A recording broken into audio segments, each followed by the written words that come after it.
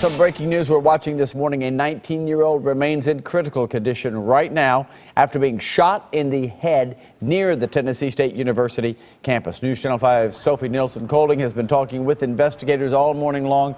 Teen's injury is very serious, correct, Sophie?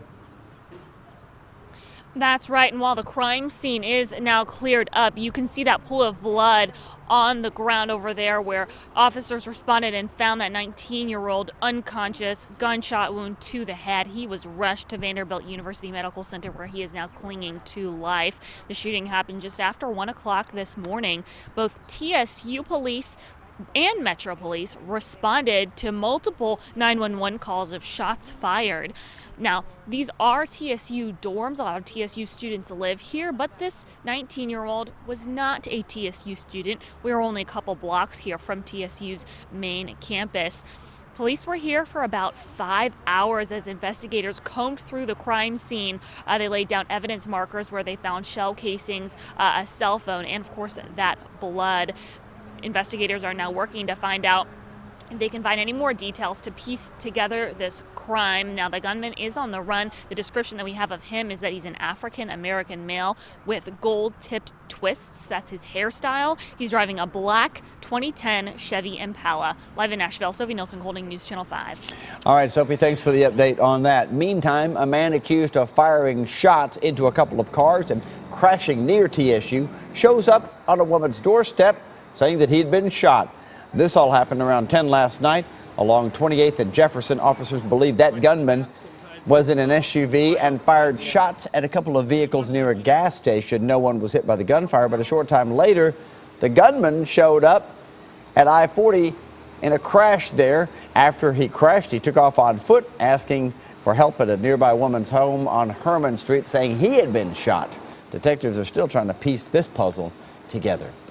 And more breaking news. One man remains in the hospital after being struck by a car in Madison overnight. The man that hit him is now facing DUI charges. Happened along Gallatin Pike near Hickory Street around 10:30 last night. The victim not in a crosswalk when he was hit. He's now in Vanderbilt in critical condition. A popular East Nashville burger joint was burglarized yesterday morning, but the folks who run that place say it will not let them stop their business. Burger Up held its grand opening just a few months ago. Very popular East Nashville eatery. Officers say the restaurant on Woodland Street was open for normal hours yesterday, despite the fact that someone broke in and stole an entire safe earlier. Police say the chef went in the back door to pick up a delivery. That's when the delivery man said, "Hey, your front window is completely smashed." Neighbors and restaurant patrons were shocked to hear that news. Some other people that work in the area were talking about it, and kind of all a little surprised by it, honestly, but still feel safe.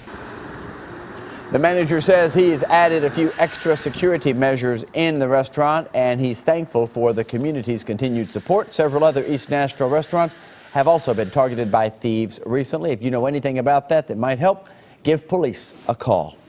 23 pounds of pot, $76,000 cash. That's what undercover cops found on 3 men yesterday during a major drug bust. We've got their mugshots right there. Terry Pegram Jr., Philip Tidwell, and Evan Newbaker were all arrested. Detectives say those 3 were working a marijuana trade out of a Aladdin Drive home in South Nashville.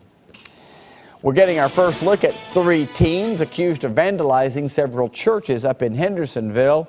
They had spray cans and they were busy. Tabitha Jolly, Jordan Donaldson, and Colby Moses, also an underage teen not pictured, were all picked up yesterday. Officers say they sprayed obscene graffiti on 2 churches, a home, and a park in the last 3 weeks. You see some of their handiwork right there. Police tracked down those suspects after identifying the car that they were driving in from surveillance video outside of one of the churches.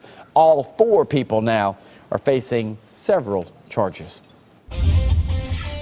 All right, some happening today, some big news here. The Nashville Predators return to Smashville tonight to begin their 2016-17 hockey season. News Channel 5's Dan Kennedy is at Bridgestone Arena this morning with a preview. Dan? Hey, all the fun starts this evening here inside Bridgestone Arena. A lot of excitement for this year's season for the Nashville Predators. Most hyped season, most hyped first game in Preds franchise history. And tonight it's 7 o'clock against the Chicago Blackhawks. One big reason is because it's the official debut tonight for number 76. All-star defenseman PK Subban. They got him in a huge summertime trade, and a lot of big hype from hockey writers also predicting the Preds to win the Western Conference, one even calling them, quote, downright intimidating. So at 5 o'clock tonight, or 4 o'clock tonight, there's going to be the player gold walk right outside the arena. That's at 4. At 5 o'clock, the doors open. Get in your seat. 17,000 people will fill this arena shortly thereafter for the 7 o'clock start. And the transformation is going on all day long and has been throughout the evening. Last night there was a Florida Georgia Line concert. Nelly was here, the Backstreet Boys were here, so they had to move the stage and they have to get the ice down. So a lot going on inside Bridgestone Arena. Tomorrow night, the Preds travel to Chicago for the second game against the Blackhawks, and Adele comes to Bridgestone Arena. So plenty of fun happening in downtown Nashville, and it all starts tonight. Reporting at Bridgestone Arena, Dan Kennedy, News Channel 5.